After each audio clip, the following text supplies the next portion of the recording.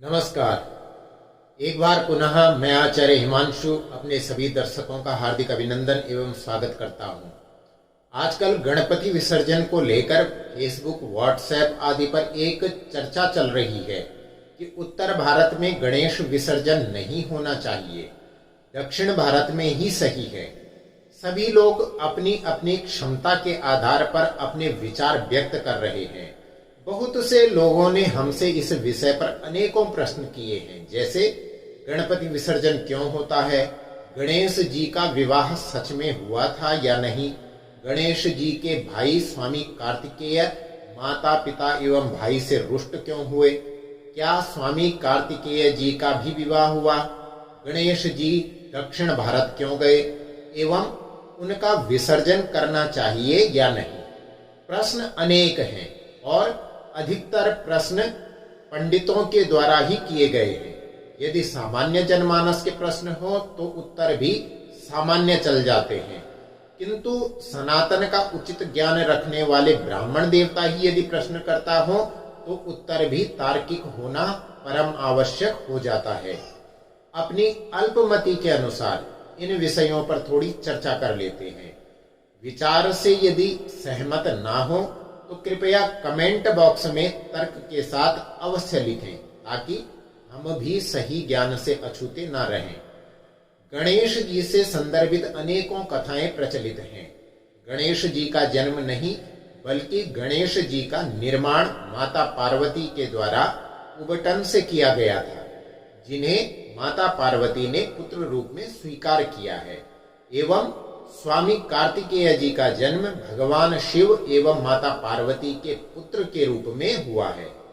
एक ओर जहां गणेश समस्त गणों के ईश अर्थात स्वामी हैं, वहीं स्वामी कार्तिकेय देवताओं के प्रमुख सेनापति हैं। गणेश जी का विवाह रिद्धि एवं सिद्धि जी के साथ हुआ है और स्वामी कार्तिकेय जी का विवाह वल्ली एवं देवसेना के साथ हुआ है। दोनों ही विवाहित हैं। एक बार देवर्षि नारद एक दिव्य फल लेकर कैलाश पर्वत पर पहुंचे। उस दिव्य फल को लेने की इच्छा से श्री गणेश जी एवं स्वामी कार्तिकेय जी के मध्य ब्रह्मांड की 3 परिक्रमा करने की प्रतियोगिता हुई। स्वामी कार्तिक तो अपने वाहन मयूर पर आरूढ़ होकर परिक्रमा के हेतु चले गए, किंतु श्री गणेश जी द्वारा अपनी माता पार्वती एवं पिता भगवान शिव की ही 3 प्रदक्षिणा कर माता पिता ही समस्त संसार हैं, इस तर्क के द्वारा अपने भ्राता स्वामी कार्तिकेय को परास्त कर दिया गया था। किंतु इस बात से स्वामी कार्तिकेय रुष्ट होकर कैलाश पर्वत का त्याग कर देवताओं के सेनापति के रूप में दक्षिण भारत चले गए। तारकासुर वध के उपरांत ही स्वामी कार्तिकेय को देवताओं से सदैव युवा रहने का वरदान भी प्राप्त हुआ। दक्षिण में स्वामी कार्तिकेय मुरुगन नाम से भी जाने जाते हैं। श्री गणेश जी अपने भाई स्वामी कार्तिकेय जी को मिलने के लिए ही दक्षिण भारत आए थे। पुराणों के अनुसार वेद व्यास जी के द्वारा रचित महाभारत ग्रंथ को लिखने के उपरांत गणेश जी जब कैलाश पर्वत आए तो ऋषि अगस्त्य जी से भेंट हुई। अगस्त्य ऋषि के साथ ही गणेश जी ने दक्षिण भारत की यात्रा की, कावेरी एवं गोदावरी नदियों को प्रकट किया। विषय थोड़ा विस्तृत हो रहा है, अतः मूल विषय पर ही आते हैं। गणेश शब्द का शाब्दिक अर्थ है गणों का ईश, ईश अर्थात स्वामी। ऐसे ही गणपति का भी शाब्दिक अर्थ है गणों के पति, पति का अर्थ भी स्वामी ही होता है। और गणेशोत्सव में जहां भी विसर्जन की बात आती है तो प्रयोग गणेश विसर्जन या फिर गणपति विसर्जन शब्द का ही होता है। ईश या पति का तात्पर्य स्वामी से है, अर्थात गणेश जी समस्त शिवगणों के स्वामी हैं और स्वामी कार्तिकेय देवताओं के सेनापति होने के साथ ही शिवगण भी हैं। अतः जब गणेश जी दक्षिण भारत में स्वामी कार्तिकेय जी के पास गए तो उन्हें राजा का सम्मान प्रदान किया गया। वह जब तक दक्षिण में रहे उन्हें राजा के रूप में ही पूजा गया। इसीलिए आज भी मुंबई में लाल बाग के राजा के रूप में ही गणेश जी की स्थापना की जाती है। अच्छा, मुंबई में गणेश जी सिद्धि विनायक के रूप में विराजमान है। सिद्धि विनायक शब्द में ही अर्थ एवं भाव व्याप्त रहता है। पहले विनायक पर ही चर्चा करते हैं। विनायक में वि विशेषण है। वि का तात्पर्य विशेष से है। जहां भी विशेषता दर्शानी हो वहां वि का प्रयोग करते हैं। जैसे विद्वान अर्थात विशेष विद्या को जानने वाला। वियोग, योग का अर्थ है जुड़ना। वियोग वि विशेषण लगने से शब्द बना वियोग अर्थात विशेष रूप से जुड़ना। ठीक इसी प्रकार मूल शब्द है नायक।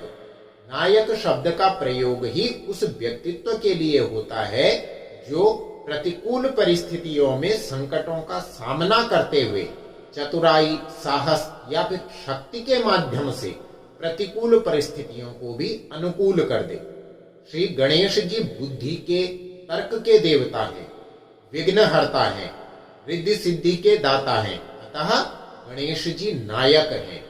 यही विनायक हैं। नायक शब्द में वि विशेषण लगने से ही शब्द बना विनायक अर्थात विशेष राजा। तो श्री गणेश जी को विशेष रूप से नायक अर्थात राजा के रूप में स्थापित करना ही गणेश विसर्जन है। विनायक, गणेश, गणपति शब्दों के अर्थ पर हम विस्तार पूर्वक विचार कर चुके हैं। अब विसर्जन शब्द पर चर्चा करते हैं। हालांकि यह संस्कृत व्याकरण का विषय है, अतः यह विशेष ध्यान देने योग्य है। एक शुद्ध शब्द है सर्जन। संस्कृत व्याकरण के अनुसार सर्जन शब्द सृज धातु से बना है। सृज एक तुदादि गण परस्मैपदी धातु है। सामान्यतः सर्जन शब्द के कई अर्थ हैं, जैसे सृष्टि का उत्पन्न होना, कोई वस्तु निर्मित करना या उत्पादित करना।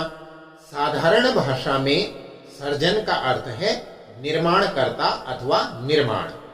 जब किसी धातु में अन या फिर अनीय प्रत्यय लगता है तथा धातु के अंत में इक स्वर अर्थात ई, उ, रे, री तथा इनका दीर्घ रूप हो तो अन या फिर अनीय प्रत्यय लगाते समय लघु उपधा अर्थात इक स्वर का गुण हो जाता है। जैसे ई और ई का ए हो जाना, जैसे उ और उ का ओ हो जाना। उदाहरण के लिए लिख और अनीय लेखनीय बनेगा। लिख और अन लेखन शब्द बनेगा। कृष और अन कर्षण बनेगा। दृश और अन दर्शन बनेगा। ठीक इसी प्रकार सृज और अन से सर्जन शब्द बनेगा। संभवतः आंग्ल भाषा का सर्जन शब्द भी निर्माण के अर्थ में ही लिया गया होगा। सर्जन अर्थात सर्जरी करने वाला डॉक्टर, क्योंकि वह भी सुधार करता है, बनाता है, निर्माण करता है। अतः संस्कृत भाषा के सर्जन शब्द को उनके संबोधन हेतु ही प्रयोग किया गया होगा। यहाँ हम मूलतः विसर्जन शब्द पर अपना ध्यान केंद्रित करेंगे। सर्जन शब्द कैसे बना, यह संस्कृत व्याकरण के अनुसार बताया। सर्जन शब्द में भी विशेषण लगाकर शब्द बना विसर्जन। शब्द का अर्थ हुआ विशेष रूप से निर्माण करने वाला। अतः इसे यदि एक ही पंक्ति में कहें तो समस्त गणों के स्वामी श्री गणेश जी को विशेष नायक का पद सृजित कर अर्थात विशेष राजा के पद पर विनायक रूप में विशेष निर्माण हेतु विसर्जन करना। क्या आप भाव समझ पाए? विसर्जन का तात्पर्य केवल जल में डुबाना नहीं है।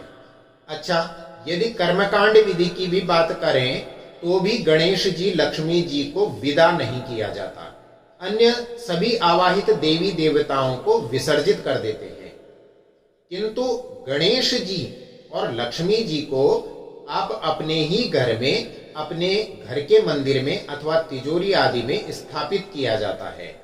गणेश पुराण में ही श्लोक मिलता है कि महाजलाशयम गत्वा विसृज्य निनयेत् जले वाद्य गीत ध्वनियुतो निज मंदिर मां व्रजेत।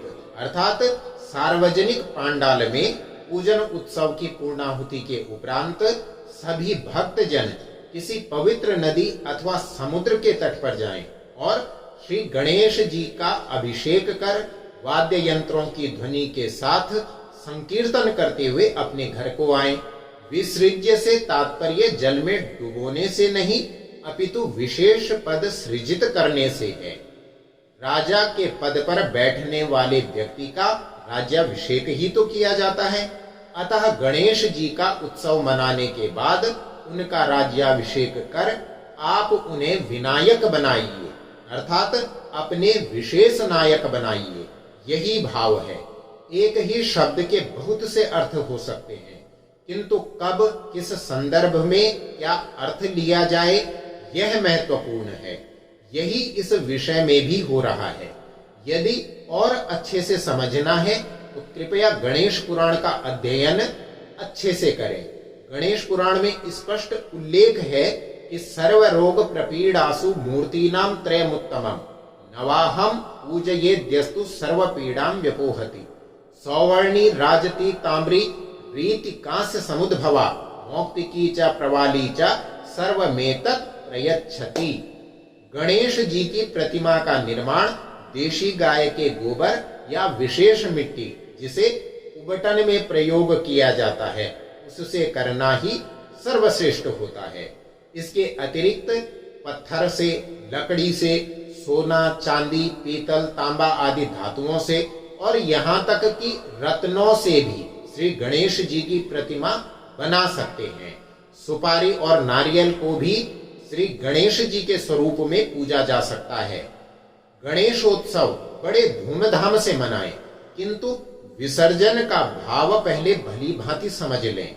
यह ना करें कि 10 दिन खूब उत्सव मनाएं और फिर विसर्जन के नाम पर अनादर हो जाए। भूल कर भी चूने या फिर सीमेंट आदि रासायनिक पदार्थों से निर्मित गणेश जी को स्थापित ना करें। दिखावे से बचें। कोई लाभ नहीं है कि 100 फुट की प्रतिमा लगाई है या 1000 फुट की। उत्सव के बाद उन प्रतिमाओं की दुर्गति ही की जाती है। धर्म के नाम पर अधर्म करने से बचें। पुण्य के नाम पर पाखंड ना करें। यही हाथ जोड़कर आपसे विनती करते हैं। और हाँ, यह भी आवश्यक नहीं है कि हर कोई हमारे विचार से सहमत ही हो, किंतु असहमति का कारण समुचित अध्ययन करने के उपरांत सभ्य शब्दों में कमेंट बॉक्स में अवश्य लिखें। आप सभी दर्शकों के मंगलमय जीवन हेतु मैं आचार्य हिमांशु ढोंडियाल एक बार पुनः भगवान श्री गणेश जी से प्रार्थना करता हूँ। नमस्कार।